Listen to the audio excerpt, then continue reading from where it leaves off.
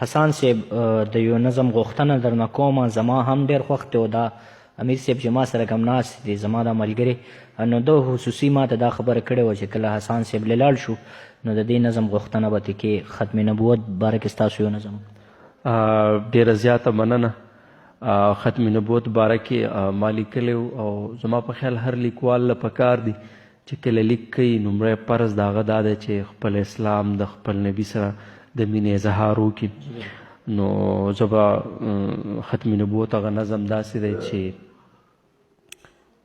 ای د وخت غافل انسانه دا په کومه لار روانې، دا په کومه لار روانې، دا په کوم رنګ کې رنګ شوی، دا لا څنګه مسلمانې، دا لا څرنګه انسانې، ته په دین محمدي جنتي جنتي. د دې وخت جابر نظام له د یهودو هر اقدام له ته په مخ باندې سپیړی، ته یې مخې ته دیوالې، بس که پاسه را بیدار شه، نبوت دی په خطره کې، رسالت دی په خطره کې. دیمو دین ته سازشونه ډېر ګنده ګنده خیالونه راته ایښي دي، دامونه خواره کړي دي جالونه، ورسه قید مو دي فکرونه، ورسه قید مو دي فکرونه. د ړندو سترګو مزل دی چې په کومه لار مو بیایي ورپسې وروستو روان یو. خپله خولم په خپل وجود ده، خپلې غوښې خورو لګیا یو، بس که وشوله دا ډېره، غلامان مونږ د چا یو، غلامان مونږ د چا یو، غلامان مونږ د چا وو. که دا خال وي داسې ګرانه، څه به وړو ځان څه محشر ته، څه به وایو خپله اقا ته، څه به وایو مصطفی ته، څه به وایو مجتبا ته چې مو څه درله راوړي. که دا خال وي داسې ګرانه، څه به وړو ځان څه محشر ته، څه به وایو خپله اقا ته، څه به وایو مصطفی ته، څه به وایو مجتبا ته چې مو څه درله راوړي. نم جامې په وینو سرې دي، نه مو سر چاله مات کړی، نه په مونږه چا مات کړی، نه په دین ستا جړېدلي، نه په ننګ ستا جنګېدلي، نه په تورو چا وخلي، بس په نوم مسلمانانو، بس د نوم مسلمانی وه. په پیسه به خرڅېدلو، په پیسه به ګډېدلو، په پیسه به جنګېدلو، بس په نوم مسلمانانو، د ډالرو نشیانو، بس په نوم مسلمانانو.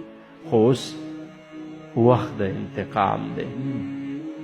یا بنګړي راله پکار دي چې په لاسو کې شړنګومه، یا به سم مسلمان کېږم، ستا په ننګ به قربان کېږم. ځکه وخت د انتقام دی، بغاوت د دې نظام دی. ویښېدل خو به اوس غواړي، پاسېدل خو به اوس غواړي، کږې خولې سمول غواړي، ورلخپې ماتول غواړي. دغه ګوتې ماتول دي چې خطا کې خو مشینېږي د نبي ښکلې روزې ته، دغه سترګې راویستل دي عزیر، بیا د خپو لاندې کول دي چې خړي نبوت ته، چې غلی وي رسالت ته. داسې اور پیدا کول دي چې هر اور ترې امان غواړي. داسې چغې ویستل دي چې پردې د غوږو وشلی.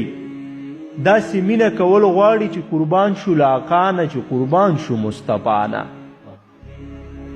دا جذبې مو وجودي شه، دا جذبې مو عملي شه.